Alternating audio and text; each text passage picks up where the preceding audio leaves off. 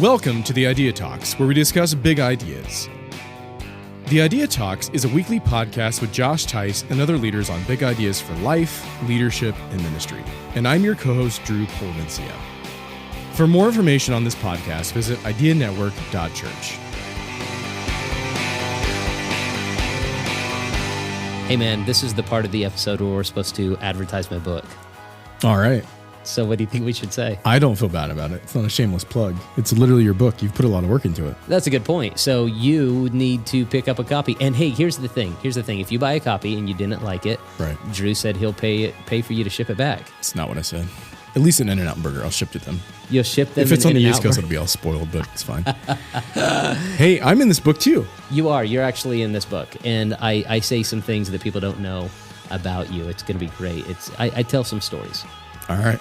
Are you? Where can people find this book at? Oh, that's right. And what it's called. Okay, so you can pick up this book. Right. It's called The Quest for Friendship. The Quest for Friendship. Insert Galleon's music here. That really is what it is. Right. It's happening right now as we speak. The Idea Network publishing arm of our network has produced this awesome resource, and I really do appreciate it. It's exciting. It really is a discussion of friendship, and I want you to pick up a copy at ideanetwork.church in the shop tab. It's the very first resource at the very top. You can pick it up, and if you put in the promo code free shipping is yours. All right. Yeah. There it is. Go do it now. The Quest for Friendship. Welcome to this edition of the Idea Talks. Thanks so much for stopping by. Our speaker today needs no introduction. It is none other than Josh Tice himself. We have some session audio from the Idea Day in 2020 where Josh spoke about having mentors and trying to mentor those around you. But I do want to talk about something that you can take advantage of still. You can sign up for Idea Night by going to our website, ideanetwork.church. Idea Night is a regional event that's in your area. More than likely, there's a church around you that is hosting an Idea Night, and you can be a part of it. It is September 21st, and you can find out more by visiting the website, ideanetwork.church. We want everybody to be involved as much as possible. So, without any further ado, here's Josh talking about mentoring others. All right, let's go ahead and get started. We're going to talk about mentorship, but in a different way, okay? So I know there's been a lot of you're like, oh my word, enough about it. Okay, so today what we're going to do is talk about developing your own personal cabinet and how to do that. It's something that we've talked about on the podcast. If you're not subscribed, go ahead and do so. Idea Talks podcast. But it's a concept. It's a concept that stems from the presidency. So when you think about the president of the United States, you think to yourself, how in the world do you get to the place where you think you could do that job? They say only a psychopath would run for the presidency of the United States. And for the last 100 years, we've proven that to be the case.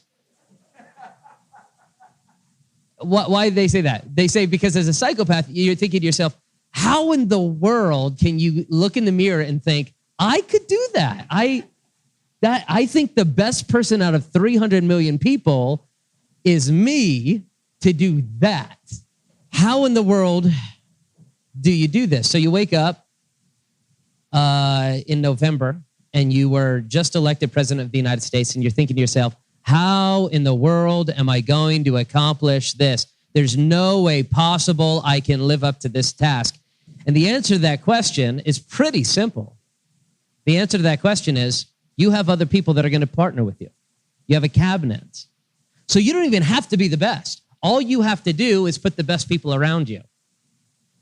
And then you have to be bold enough to take the lead and either say, no, I don't want to follow that. No, I don't want to follow that. Yes, I want to follow that.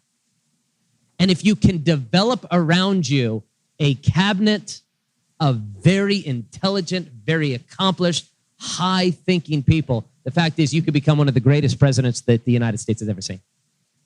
I began by saying this before some came in. I began by saying the type of person that would run for president of the United States, they say, is a psychopath. Why? Because what kind of person looks in the mirror and says, I could do that job? Now I ask the question, what kind of a person thinks, I could pastor a church? I could lead a congregation. I'm going to spiritually take this 100 people, this 300 people, this 500 people, and I'm going to lead them closer to God. The same type of person, a psychopath. But then you think to yourself, others have done it in the past. I can do it now. How do I do it? Well, we understand the primary way is to be filled with the Spirit, to study the Word of God. These things are obvious. Of course we should be doing these things. That doesn't take away from the fact that there are practical things you can do, such as developing a personal cabinet, surrounding yourself with smarter people than you, surrounding yourself with gifted people. Now, there are lots of different types of people you can put in your life. Today, I want to talk specifically about mentors, coaches, and experts. Mentors, coaches, and experts, and how to develop a team of mentors and coaches. A couple of the sessions in our mentorship track today have to deal with how you can be a better mentor. That's not what we're talking about in this session. This is going to be talking about how you can surround yourself with mentors, coaches, and accountability partners. One human can never be everything you need. That's the first concept that I want to get across.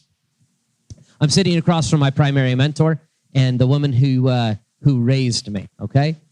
And I realized a long time ago that they could never be everything I need.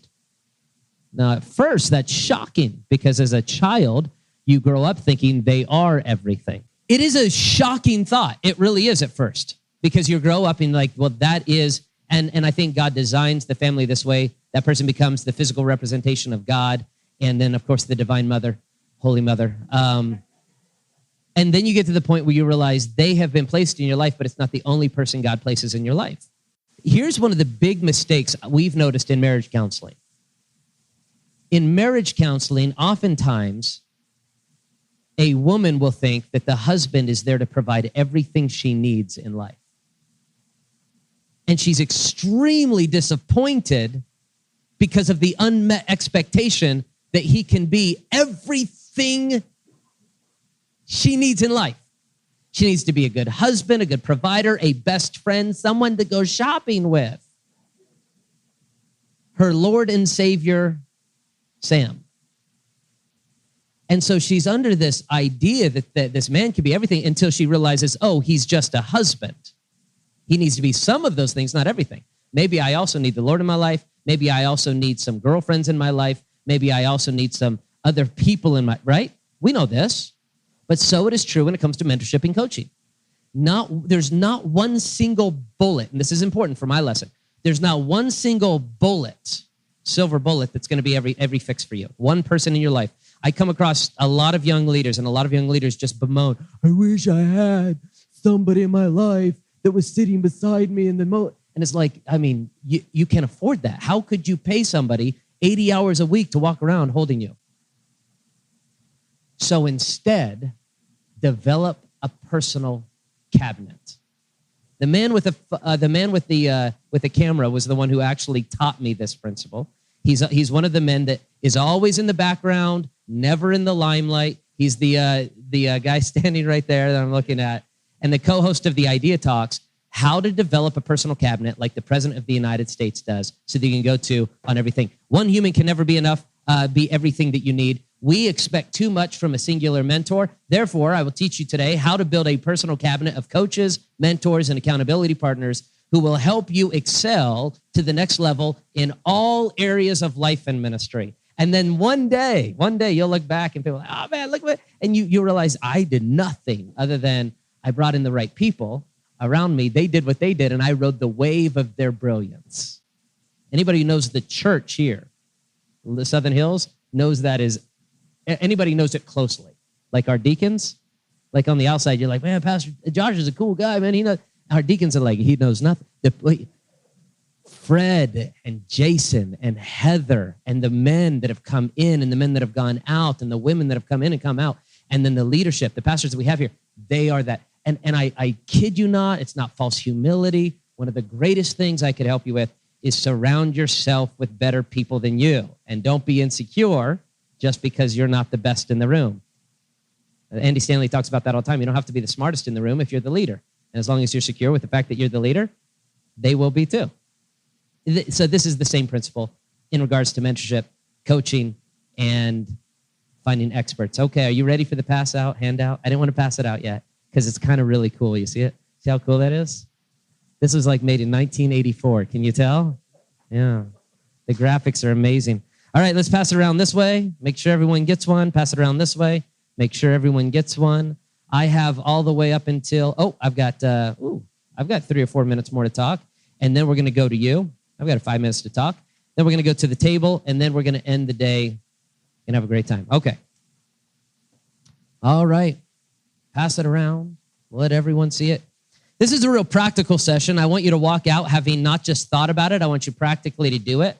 I want you to develop your cabinet. This is your boardroom.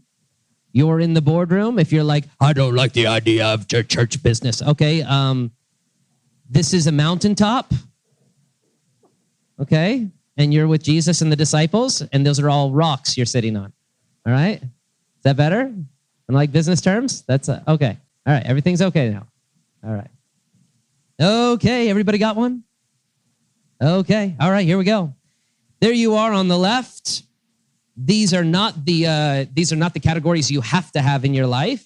These are the categories that I like to have in my life. I would love to say that every single one of these seats are filled in my life right now. Not every one of these seats are filled. I'm actively pursuing some of these seats. You might say there's one of these seats that are not necessary for me in my life. That's absolutely fine. You don't need to have the same seats. But my question is, who do you put in its place? Who are the people around you in your life that you are strategically pursuing for mentorship? Who are you going after? Okay, so me, I'm on the left there. Then beside me, my spiritual mentor. This is an individual who I go to for spiritual counsel. This is the role my father has played throughout my life, still is. So one of my mentors is even in the room. Ministry mentor. For me, ministry mentors have come and gone throughout life. A primary, obviously, would be mother and father, but also I've had many ministry mentors. Some of them closer than others. Some of them I've never met. How in the world can you have a ministry mentor you've never met? Well, you read their books, you listen to their podcasts, you get connected through networks. There's somebody that you might know their name, but they might not know yours. I've been to conferences where I've taken photographs with ministry mentors. They'll never know who I am till we get to heaven, right? So these are ministry mentors. Now, I know that the word mentor and coach can be thrown around in different ways, but in a lot of ways, they've mentored me. I've had mentors of the past who are no longer mentors because either I've learned what I can from them, or maybe their phase of life is different than my phase of life, or whatever it might be.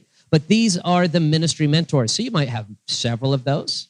But who would you put there?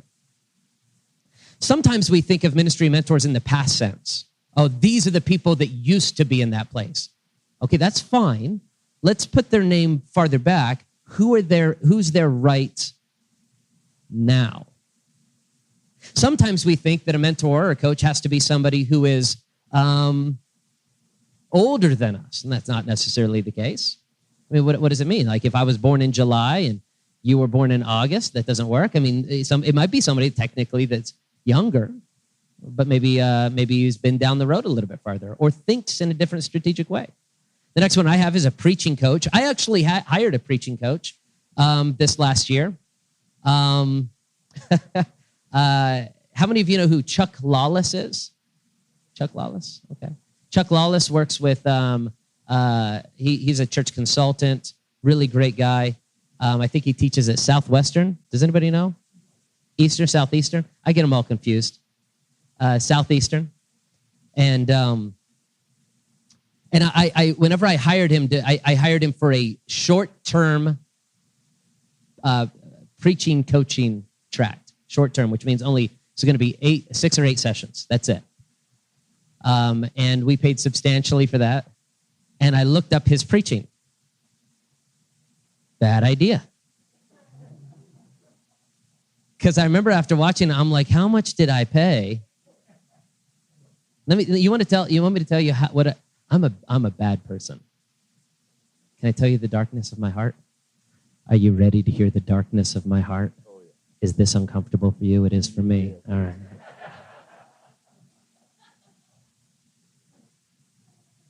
I watched a little bit of his preaching. I'm like, I preach better than this guy. I mean, I'm incredible. I'm funny. I'm engaging. I'm likable. I read the Bible sometimes. I'm incredibly good at preaching my stories every Sunday, which if you've heard my sermons, that's about right. I'm like, what is this guy? And I honestly, seriously, Hunter, I was a little bit kind of like, all right. I remember starting the first, we Skyped each other, Vimeo or whatever, I don't know. And I'm watching, and I'm like, all right, Chuck. So he had me send him like 3 or 4 of my sermons. And he was so gracious. He said, well, you do a great job. He said, you have a lot of way to go. How many years have you been preaching? Since I was a child, And he started to shoot straight with me in a way that obviously the people I pay are not going to talk to me. And even my mother and father, my mother, every time she started, you're the greatest preacher. I wish my husband could preach. No, that's not, she only says that sometimes whenever you're not around. I shouldn't have said that. I realize now. She doesn't even talk that way in public. And he started saying things to me that I had not heard for a long time. And he began to critique my sermons brashly and boldly with a bit of a smile. And he began to tear apart some of the stuff that I already held dear. And man, was that 8 weeks good for me. So good. And like a ghost in my mind. That's a good mentor right there. That's a good coach. Like a ghost in my mind, even while I'm preaching, I'll hear him speak to me. And as I'm preparing sermons, there are things that he taught me that I'm like, oh man, I gotta do that. Why am I not doing this? And so for me, a preaching coach, it wasn't a long-term relationship. It's not something, next time I see him, we've developed a relationship, I'll be able to see him and talk to him and how you doing? But he invested in my life in that short-term way, a theology coach. You say, what do you mean a theology coach? We did this in seminary, but I like surrounding myself with people that are theologically grounded. One of the people in our team is like this. Chris Owens is a brilliant theologian, great friend of mine, has different ministry skill sets and gifts, but I like keeping him close. I like talking with him about theology. I wish we had more time to just talk. I like that kind of stuff. A life coach. You say, what is a life coach? Actually, my right now, I currently have a biweekly set appointment with a life coach. He's teaching right below us right now. His name is Mike Smith. He spent 20 years in the military. He was the first sergeant of the Thunderbirds, and then worked for Berkshire Hathaway for 10 years, and now is a traveling speaker. And he's a member of our church. He actually approached me and said, hey, I want to coach you. And this was before I'd ever heard of this kind of thing. And I'm like, oh, huh? What does this mean? And we started meeting, and man, it was extremely helpful. I actually hired him, and he now is a coach of Heather, my entire executive team, Heather, Fred, and Jason. He coaches all of them at an executive level. Now, what is this for me? For me, he has no clue about ministry. If he was sitting here, he would have no problem with me saying that. He knows not nearly as much theology as you would think or hope. He's just a member of the church that got saved and is growing. But man, does he know about how the world works and how leadership works and how to manage people and how to inspire people and how to not be insecure and how to break through mental barriers that I hold up for myself. And I thought, well, if I need that. I don't know how to do those things. You see, Dave, there's things that you learned while playing football that I never learned, but Mike could teach me those things in this way. You see what I'm saying? And so I'm able to reach out to him and have him. So now Mike can't be my spiritual mentor, and my spiritual mentor may not be my theology coach or my financial expert. So I need somebody in my life that I can go to and ask financial questions to. And so I think, who does really well with finances? I'd like to take them out every 3 months and show them my financial situation. By the way, this brings this up really quick. When it comes to any kind of mentor, coach, or expert in your life, you have to be vulnerable. This is the best illustration of this. If somebody's going to coach you financially, you need to show them your finances and don't hide stuff. Show them everything. Here I am. It's embarrassing. Let's go ahead and see it. Robbie, I was listening to Robbie's story downstairs. Is Robbie in here? Robbie Green loves coaching and mentoring as well. And Robbie Green told me, he said, his illustration of being vulnerable in mentoring is that he hasn't, bear with me, I'm going to tell the story anyway here. He has an annual exam as he's getting older. How many were in this story? Anybody's heard this one? Okay. Well, here you go again. He has an annual exam as he's getting older. And one of the most difficult things about the annual exam is that you disrobe for your doctor. Make sure everything is copacetic, right? the doctor said, hey, I have an intern and she needs to learn, and would it be okay? And he's like, is this necessary? He's like, well, she needs to, And Robbie's like, oh, all right, fine. In walks the intern, and her first words were, Pastor Robbie? That's vulnerable. True story. See, you can't be coached or mentored effectively if you're not being willing to open yourself. If that's a true, ask him. Poor Robbie. Pastor Robbie? How do you preach on Sunday? Like, family expert, accountability partner. Let me talk about accountability partner. This doesn't always have to be, you think to yourself, I got to find a mentor in this way. It's great to have an accountability partner. This person be same age, younger, older, doesn't matter. But somebody you can totally be absolutely transparent about everything and anything. This is great. This is good. This is okay. Hey, I got to talk to you. I yelled at my wife, and this is what I said. You know how you like to paint a story a little bit better than it should be painted? Hey, I got to tell you, nobody was home the other day, and I was flipping through the channels, and I came across a channel I didn't even know we had, and I watched it for a while. Can you pray with me? Because I need somebody to talk to about this. Do you have somebody like that? You say, man, that's kind of like, strength is not found in hiding our secrets in the dark. The Bible says the truth will set you free. And what I've learned in life is the more vulnerable and open and honest you are, the more it draws people to you, not pushes them away. So accountability partner, do you have somebody like that? Maybe that's the only thing you need to walk away with from this. And then your husband or wife being right there, right at your right-hand side. They are your primary everything, but they don't have to be your primary only thing. See? All right, so let's go ahead and throw it to the crowd. We want to hear from you. This is a round table, and I was supposed to talk for, okay, don't tell the others. I was supposed to stop about 7 minutes ago. Let's go ahead and ask these questions. Why do you think finding a mentor has become such a difficult task? Based upon what we're talking about, coach, mentor, expert, somebody in your life you can speak to, an accountability partner. Why do you think this has become such a difficult task? Number two, name something that a mentor or coach has said that literally changed your life. Number three, what would change for you in your life, ministry, context, if you had access to a full cabinet of mentors, coaches, and accountability partners? Number four, what can we do to change the culture in our local churches as it relates to mentorship? So it's not just about you. Number 4 and 5 go beyond you and say, okay, once you've learned this, what can we do in your local church to develop this kind of? And the Bible says that the early church met daily and they shared all things in common. There was an intimacy there that's often not found in the modern American church. So how can we return to that? And then number 5, what can we do to change the culture in evangelical Christianity as it relates to mentorship? So now beyond our local church, how do we change the world with this thing? At least our little world. Evangelical Christianity. Good. All right. Let's go ahead and begin. I'd love somebody to tackle that first one. I know it's hard to be the very first person. So how many of you have experienced what Josh is talking about, that you're like, man, I'd love to reach out and ask for that help, but if I did, I would have to admit I'm not Superman. And I was trained to be Superman. And now that I'm not Superman, I suck and everybody knows I do. And so I want to just continue to keep the image up. I'll just post on social media instead. How many of you felt exactly what Josh is saying? Have you felt that like I have? All right.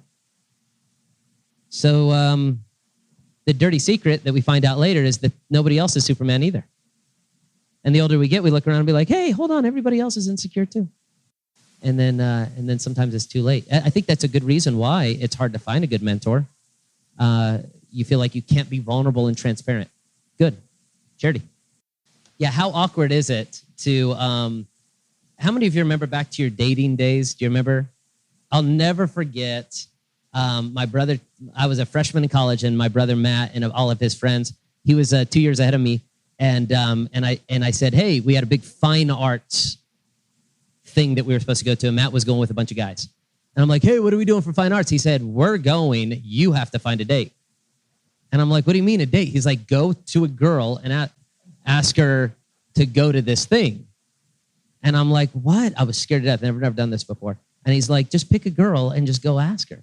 So I did. I found this little girl that I thought was cute, and I followed her, and I walked up. It's way more creepy than it sounds.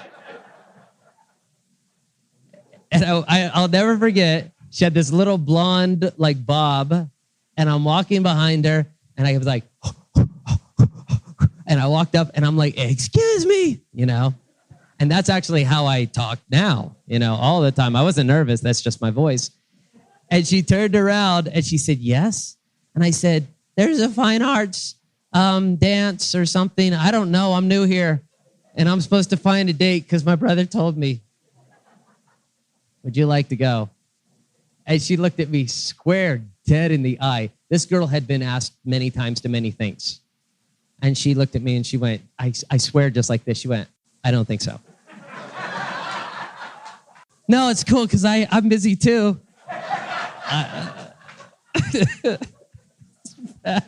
It feels so bad. And so those insecurities are just deep inside of us. And then we think to ourselves, I can't ask that guy to be my help. I can't ask that woman for her advice and counsel because if I did, that's going to happen again. And I can't handle it. So maybe I'll just find a book.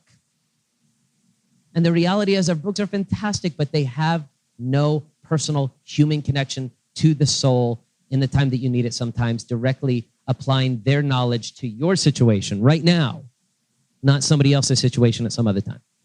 And so, yeah, there's an insecurity there. We don't want to make the ask. Have you been in those moments, right? They carry enough of a load. I'll just carry it myself. And the Bible says, bear ye one another's burdens. And then so you're fulfilling the law of Christ. You know, that's a good thought. It's interesting. We end up getting what we really want. Isn't it true? I mean, if you really, you tell your church people, if you really wanted to be a church, you would be, you know. And if you really want McDonald's, you're going to find a way to get McDonald's. And if you really want a mentor, you make it happen. I think it's fascinating that Paul, like this is what Kurt said last night. Paul went after Timothy, and I think we have a need. And here's the crazy thing, guys, is that some of you Timothys are becoming Pauls, and you didn't realize it happened until you look in the mirror. I've talked to my dad over the years about this. Dad will say at this moment, he says, I feel like I'm the 25-year-old new pastor. That feeling doesn't go away. I always say, you're not, you know. But you never stop feeling like the new kid. And at some point, you have to be the one pursuing younger ones and saying, hey, I want to help you a little bit. So I think there's a little give and take. I think that's a good thought. Somebody else. Yeah, I think we're not trying to enter into something that is a small venture. I think it's changing a mindset of an entire generation that says we have to pursue this as a priority. We have to, like John was saying, John was saying we have to pursue this as a priority. Otherwise, we're not going to effectively reach the next generation. I think that rings true in my life too, because my father and mother actually had strong mentors that they could go to. And so it's easy for them to mentor others because they can look at mentors in their own life. Sumner and Celeste, Tom Popelka, Don and Betty Carter. These were mentors. Am I missing any? So this is one of the main points of this session, and that is this. Destroying the myth of the superhero mentor can go a long way to getting you where you need to be when it comes to mentorship. When you as a mentor realize, I don't need to be everything to this person. All I need to be is the family expert. Well, I can speak about family. Some people can speak about family all day long, 7 days a week for the rest of their life. And then other people could talk about finance all day long, the rest of their life, every single day. And other people could talk about time management and schedule all day long, the rest of their life. And then you suddenly realize, I can't be your mentor, but I could definitely be your advisor when it comes to finances. Okay, call it whatever you want. You're on my team. So when you get to the point where you realize not only should you be a coach mentor, you already are, right? So Matt Lyon doesn't have to be everything. You would be on a different chart for me. But my friends, he doesn't have to be everything for me, but he does need to be the guy who knows about history. So whenever I go to him, he'll talk to me through that historic thing. Well, there's a lot less pressure on my friend to be everything for me. You see? Same thing when it comes to this I don't know how to say it other than the destruction of the superhero mentor concept. I don't have to be everything, and you don't have to be everything for me. I just need you to be this one thing. Fantastic. If I need to know about fatherlessness, I know. Our network already knows where to go to. We're already doing it in a very organic way. If I need to know anything about fatherlessness ministry, we all know where to go. We go to Sean. Sean will give me all the information I need on this stuff. And so the same thing is true on a broader way. Very, very good. And I will say that is absolutely true. And if you do have someone in your life that makes you feel as if they're betrayed because you go to somebody else, then maybe they don't need to be in your life. Because it's true that we have some people in our lives that feel like if you ask anybody else any other question than me, I am Superman. Well, I don't need another savior. I have one. But what I do need is a group of people who knows a little about something. Good. Thank you. Great point. And that's the heart of a true mentor. Man, that's huge. Very good. Is it possible, Matt, you worked here for a long time. Can we turn that? It's cold. Is anybody else cold? Yeah, let's just turn it down a little. If you don't, Fred's got a code somewhere. Dwight Schrute keeps them locked in a cabinet. So just go and I'm glad somebody laughed. All right, yes. Yeah, there's a fear that says, by the way, it takes strength to admit that there's fear and to overcome that. And I think you're right. I think there's a fear that that if I ask, I'm going to be rejected, or if I ask, there's going to be other problems. And then to step back and say, I'm in a safe place. Again, one of the mission statement of Idea Network is creating virtual and real-world venues where we can discuss ideas without reprisal or shame. And that is a great place to be. And by the way, the more we're realizing, Eric, you and I, we come from maybe a little bit of the same background, but the reality is a lot more of us are now, I look around in the room, there's a lot more of us that are not coming from that same background, and even more so in the future. But here's what I'll find. They deal with the same type of issues, just in a different way. And they're longing for a place like this where they can come without reprisal or shame and just talk about ideas. And so I think this has implications for others. Yes. I think that's so true. I would also say, in regards to this concept of the struggle with pride, is that when you do start mentoring somebody and they start asking you questions, begin to think that you are the Superman who has all the answers. When in reality, if you're honest, you know some things about some things, but you've also surrounded yourself with a lot of other people who know a lot more about other things than you know. So if you ever begin to develop the complex, then, just bring all your questions to me, you've already lost it. You're not going to be able to answer everybody's. So pride on both ends. I'm afraid because I don't want to go forward, or as a mentor, you have to come to me on all things. Okay, we got to move on to the second one, unless somebody else has to add real quick. Okay, number two. That sports analogy took me 5 minutes to understand.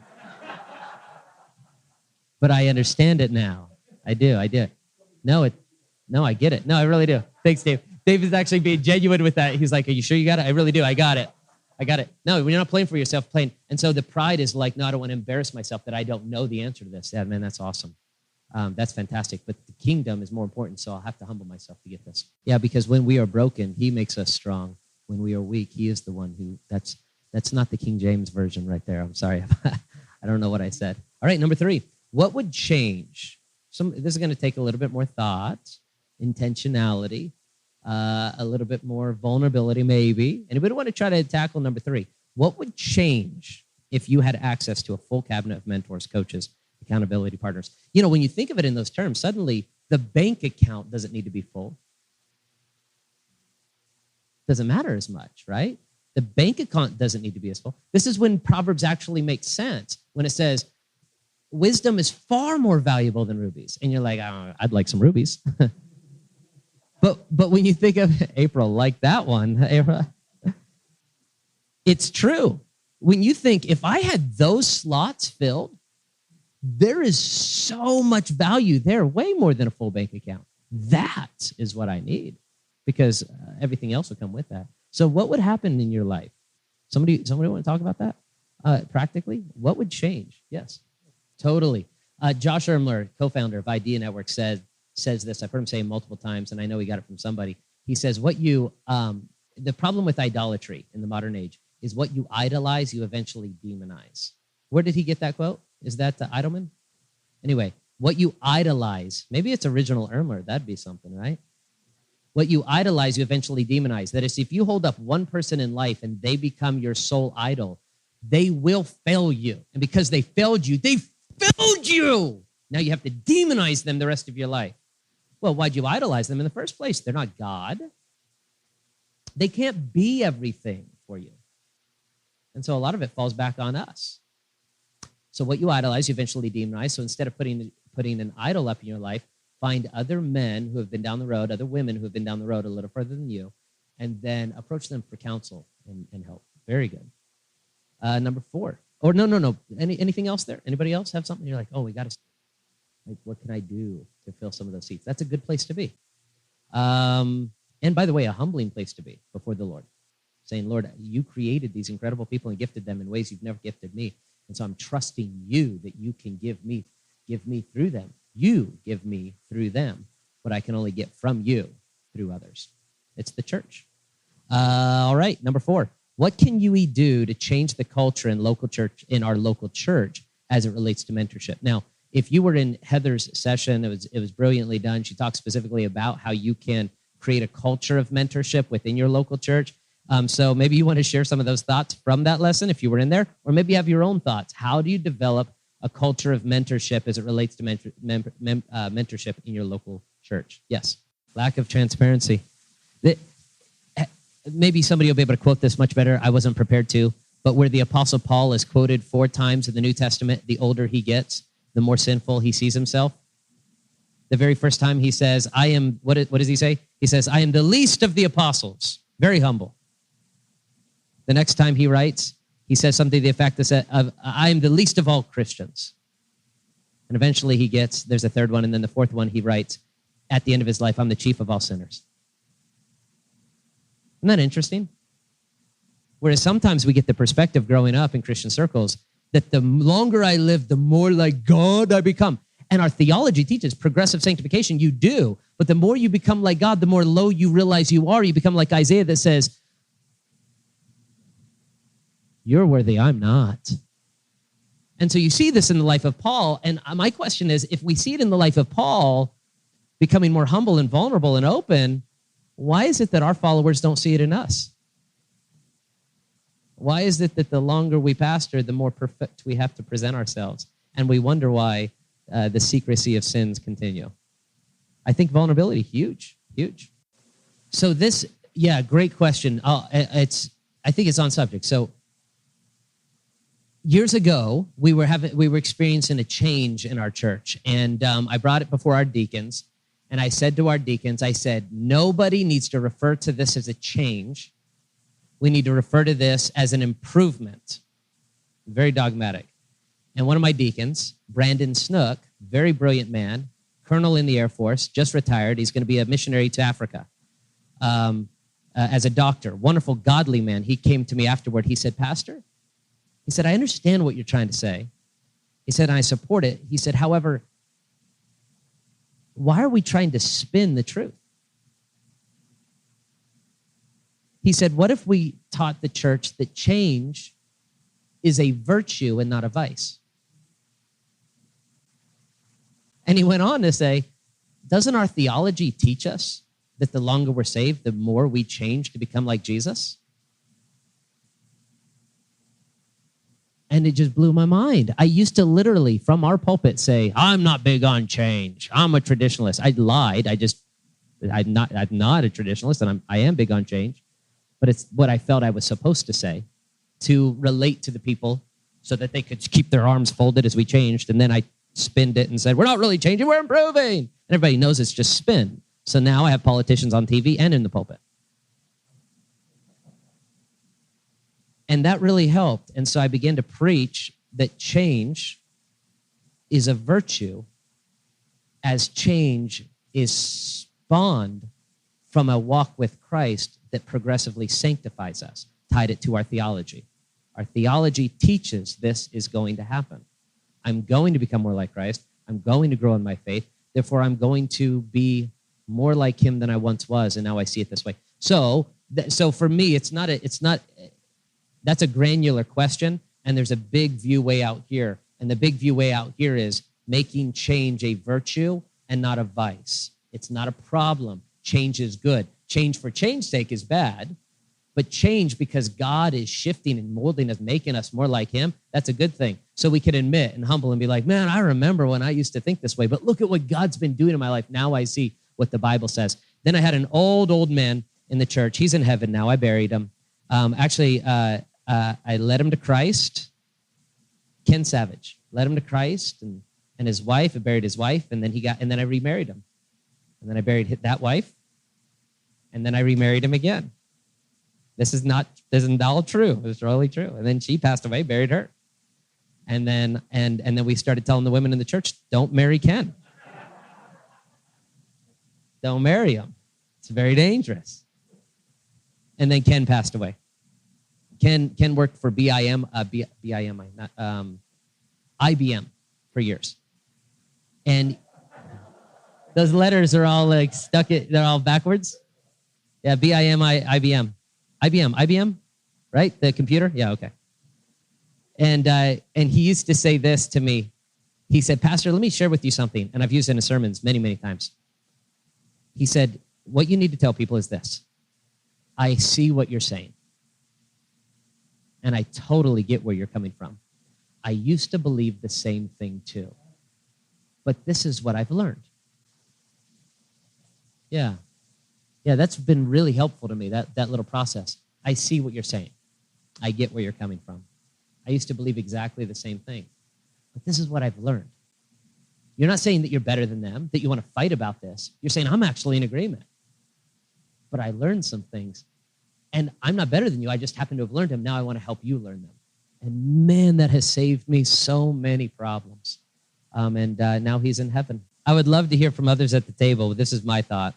My thought is we don't have the culture or opportunity that James had with Peter and Jesus. We just don't have it. We could bemoan it and we could say we wish we could. I'm going to let people live in my basement. We don't have it. But they don't have what we have.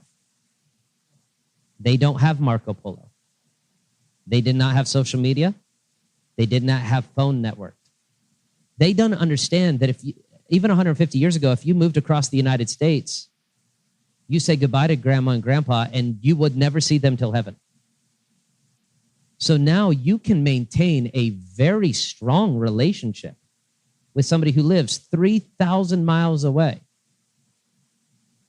And a lot of times, I don't take anything away from what Kurt said. He's exactly right. We need to be doing life. But he was talking about 2 to 3 to 4 people. And most of those are going to be our kids. But that doesn't change the fact we have what they did not have. We have watches. We have something called 3 o'clock. They didn't. They had the third hour, and that was kind of like, I think it's 3 hours after sunset, or what, that kind of thing. So the point being, we need to not just bemoan what we don't have in our day and age. We need to celebrate what we do and use it and say, how can I still accomplish these main principles of doing life with people? So in reality, my wife is able to spend more time with you because of the sources of social media and technology than we have. And you guys are able to mentor each other. And I don't know that she has to live in your basement or you and ours, thank God, for that to actually take place. I think it's totally okay to realize technology changes and the world changes so that many of the men in this room would say that they are students of Charles Spurgeon because we've spent hours with him at his feet through the book, Lectures to My Students. And one day we'll be able to meet our mentor, but the reality is not until we get to heaven. And that technology made that available that was not around when Jesus and Peter were walking around Galilee. And that is not lesser mentorship. You ask Timothy after Paul died, when was the greatest moments of mentorship with Paul? He's not going to point to the days they were traveling together. He's going to point to the 2 letters you have in your Bible. And he was in a completely different country when he wrote those to Timothy. But he got those letters because of the technology of vellum. What was that? I don't know, whatever it was. And pen. that was technology of the day, and the greatest mentorship came through that new technology. And I don't think that has to be sneered at or like we're not really doing it the right way. I think it happens in different ways. Very good. We have to close it out in a minute, but Dad, let's close this out. So what she's talking about time blocking, Heather and I have done even when it comes to Idea Network, in that we get, because of these events, we'll get a lot of private messages and phone calls and stuff, people asking questions. But we realized early on we had to do what mom was doing back in the 70s and 80s, and that is, no, Friday from this point to this point is when I'll deal with this. And so sometimes you'll send me a message, or whatever, people will send me a message, and it'll be a week and a half before I get to it, and sometimes it'll be an hour before I get to it. And why the difference? Because you just happen to get to that time block. That's when I'm going to do it. And if somebody messages me an hour after that time block, it'll be 2 weeks before I get to it. So I think time blocking really does help when it comes to mentorship. Well, this is not the end of the conversation, because in 7 minutes, we're doing the very final, it's a Q&A question with 4 great mentors that are going to be on the platform. I'm going to be interviewing these mentors, and we're going to talk a little bit more about mentorship. For those of you who've been in this session, because we're a lot of old-time friends, we've been doing Idea Days together for a long time, I'd love to get some feedback from you guys that have been doing it for a long time, because we've got a lot of big opportunities in the future. We're considering making the regional events like this theme-oriented. Just like this one was kind of a theme. Not every session is about mentorship, but they're theme-oriented. So maybe one would be a worship idea day about how to do better in worship. Maybe evangelism and assimilation, just about that as much as possible. Maybe one all about international missions.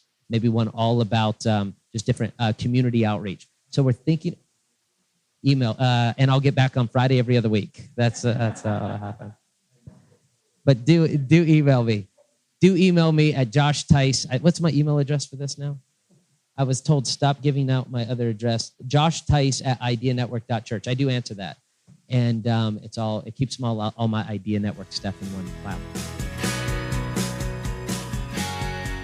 Thanks so much for listening to today's Idea Talks. If you would like to reach out to us, drop us an email at joshtice@ideanetwork.church. If you benefited from this podcast, we ask that you take a moment to show your support by subscribing, rating, and reviewing the podcast on iTunes. Thanks again for joining us, and we will see you right here again at the Idea Talks podcast.